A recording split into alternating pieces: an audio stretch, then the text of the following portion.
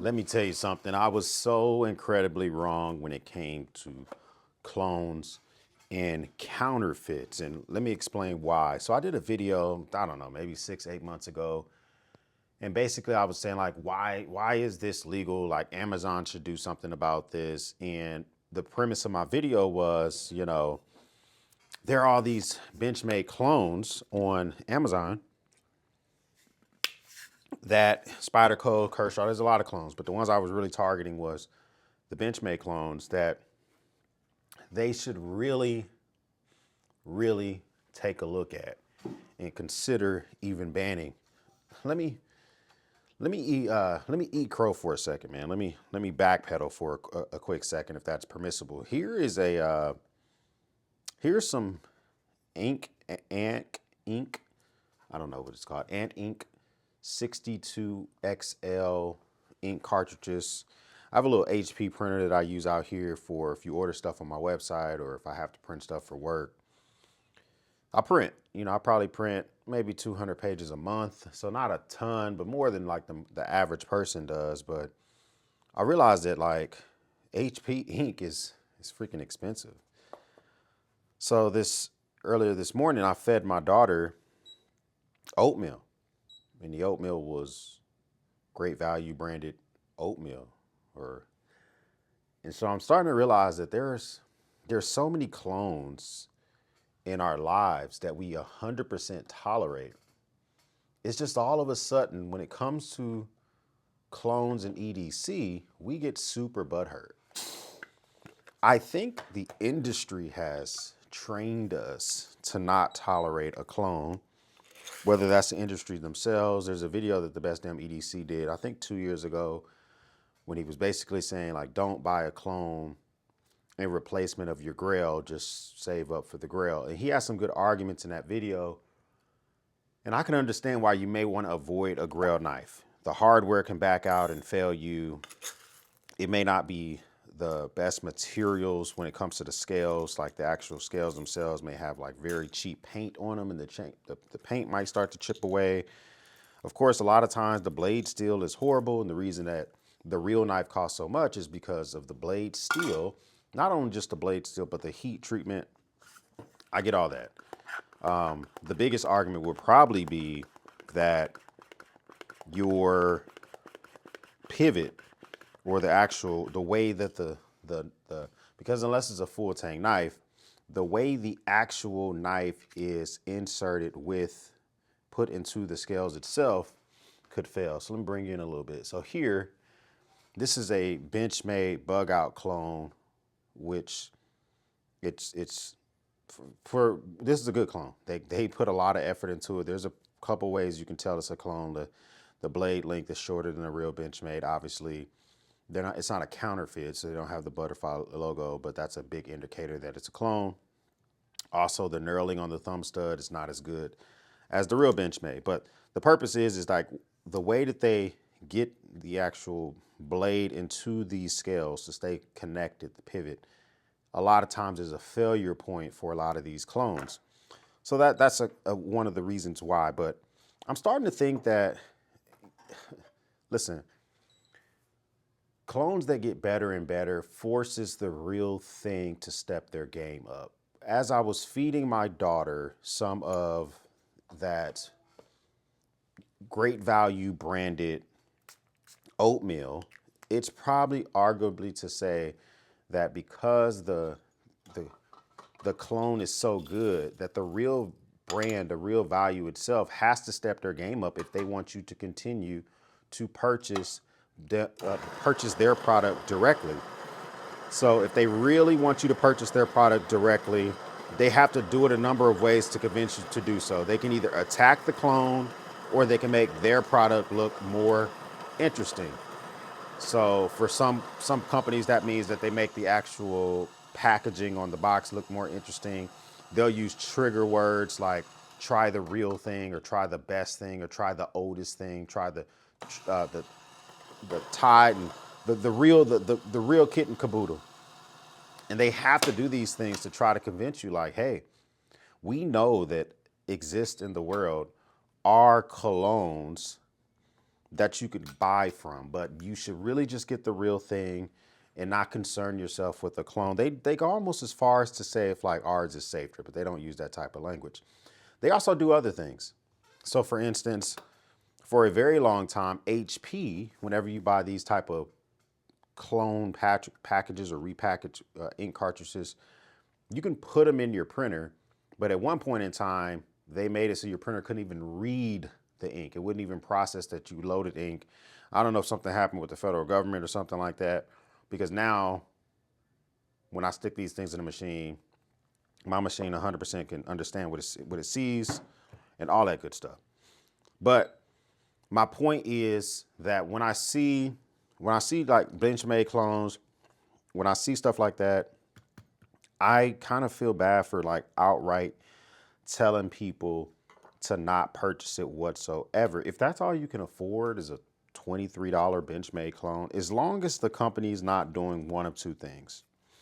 Number one, they're not trying to sell you a counterfeit. A counterfeit and a clone are two different things. If you were to buy a listing on Amazon, God forbid, Blade HQ or knife.com or some other website, and you thought you were buying the real thing, and lo and behold, you were buying a clone or a counterfeit, actually, not even a clone, that would be some real fucked up shit. So where the company is charging you the real pricing or a little bit less than the real pricing. Let's just say that a Benchmade bug out is supposed to cost 135 bucks. They're really 180 now, but they're charging you 125 and it looks like the real thing and you buy it and it's not.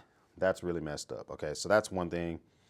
But I don't think clones are all bad. I think that it's the market recognizing that this specific item is extremely popular.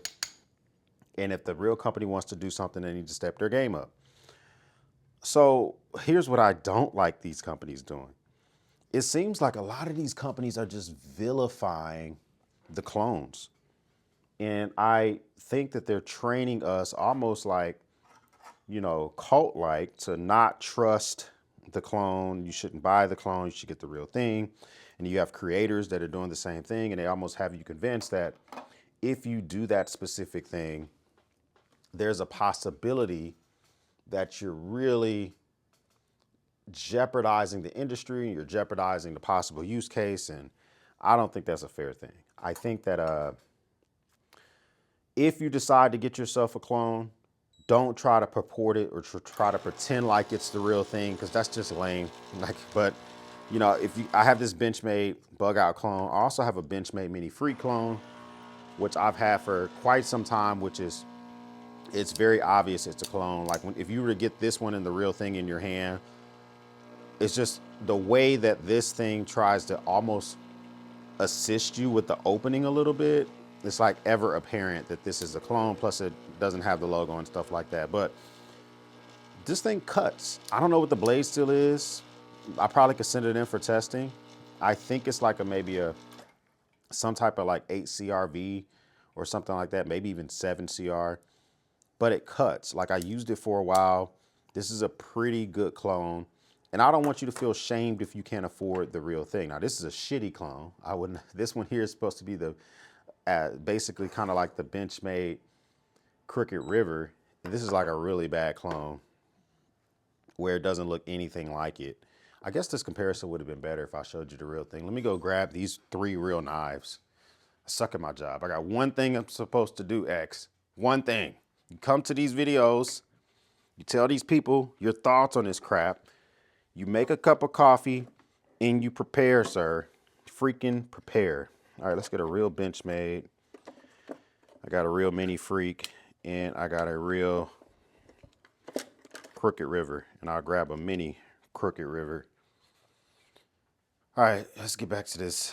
So here are the 3 real ones. I did a full video on this, but I'm not going to assume you're going to go back and watch that video. So we'll just show you what these are supposed to look like versus what they actually look like. We'll do all this before my freaking espresso gets cold. That looks pretty freaking awesome. Let me bring you in for that, man. Tell me that shit doesn't get you excited, man. Yeah, 18 grams in, 38 grams out. That's a pretty good shot. creamy. I don't know if you guys drink espresso, but I do. Fuck with that shit every day. Some type of espresso. So look, here's a real Benchmade bug out. Here's a fake, the clone. So as we look at the clone, the blade is just a little bit different. The grind looks a little different. The blade's a little bit shorter. If I can line those up. The finish looks a little bit different. You know, you can tell even the final sharpening process, this blade looks like it was sharpened downward. So I don't know how beneficial that will be for cutting. This is a Benchmade partial serration, which are rare and harder to find. But I have one of those just as comparison's sake. The blue tinting is a little bit different. It might be hard to tell on camera, but the blue is a little bit deeper on the clone. So if I were to bust this open and look at the springs would probably be different. The hardware is a little bit more glossy on the clone. But if I couldn't afford a regular bug out and I really wanted one, it is apparent when you get the bug out in your hand that you are rocking a bug out. It is clear as day. You can feel that access lock. It feels completely different than the clone, but the clone is getting there. You look at the Mini Freak. This Mini Freak clone I thought was even closer to the real one. I mean, we get this one here. There's a little difference from both of them. The actual knurling on the thumb stud feels deeper and more substantial, like easier to use. So, but they still were able to kind of find the same hardware for spacers, and the deep carry pocket clip is an easy thing to copy because you can just buy those on Amazon. But it's just a subtle difference. Like right here, to actually disengage the crossbar lock, there's like a divot inside of this one where this one doesn't have that at all. So there's slight subtle differences. Plus, if you were to get the Mini Freak into your hand, the Mini Freak, it gives me headaches, but there is a thonky difference as well. Listen to this. Wait, let's see. That's the fake. This is the real. They sound different, but if this is all you can afford, this is a great looking freaking clone. Would I tell my 20-something-year-old younger brother who really wants a Benchmade and he can't afford one to grab himself something like this? I mean, if that's all he can get, yeah, as long as he's not trying to fake the funk and try to pretend like it's something else. This is a horrible clone. This Benchmade Crooked River clone. This doesn't really know what it wants to be. This is a mini Crooked River. This is the clone. It's way smaller than the regular Crooked River, but it's bigger than the mini Crooked River. So I don't even know which one is trying to clone itself after. The blade shape is apparent that they're trying to go for it for the mini Crooked River, but they're not going counterfeit. They have their own logo on there. The scales feel horrible. It's some type of composite material. It's not wood. I don't know what it is. Maybe it's some type of metal. There is no, it's missing hardware. It's very apparent that this is a clone. But, I mean, if you want to just have yourself some type of Crooked River, maybe you go for that. I guess I say all this to say this, that in this community, we seem to be snobbish about everything. I think we should be snobbish when it comes to counterfeits. That's pretty shitty. And if you make counterfeits, if you have literature in your packaging, if you have stuff on your items, if your listing is fake, selling fake shit, you're real shitty for that. That goes from everything from fake sneakers, which I don't know why you would spend a ton of money on the real sneakers because they're just cheap plastic anyway. But if you're buying fake sneakers, all the way up to like if this company was trying to sell this as real HP ink and I got it in and I figured out it wasn't the real thing, and instead of being able to print 400 pages like the real thing, this thing gets me 150, that's shitty. You shouldn't be doing stuff like that. But let's avoid belittling people who have clones and they're proud of it. If I don't ever see people showcasing their pictures online on their Instagrams of their clones, maybe I'll start doing that. Maybe I'll just do a loadout with some clones and just rock it. Maybe I should take the pocket clip on this clone here, because right now I have it set up for left-hand carry, but I can swap it around, maybe carry the clone for a couple of weeks. Well, maybe not weeks, let's just keep it real. maybe a couple days. But I kind of feel shitty because in my mind, I was kind of really not, well, I don't want to say slut shaming because that's just weird. But clone shaming, yeah, clone shaming those who get the clones. I'm not gonna do that shit no more. If this is all you can afford, if this is all you can get, I'm gonna treat you exactly the same as I would treat you if I were to open up your pantry and to see some clone old-fashioned grits versus the Quakers. Okay, much as I love Quaker oats, if you have, you know, old-fashioned grits and they cook up the same, it's probably all the same thing. And I just don't want you to feel like a dirtbag for only being able to do stuff like that. Maybe we don't deserve the real thing. Maybe I don't deserve it. I don't know. That's all I got, though. Don't be a clone debater. Yeah. Don't knock people that rock the clones only. Hey, man, y'all have a good day. I got shit to do. Hit that subscribe button if you want to. If not, hey, catch me for the next cup, man. Welcome to the EDC Cup.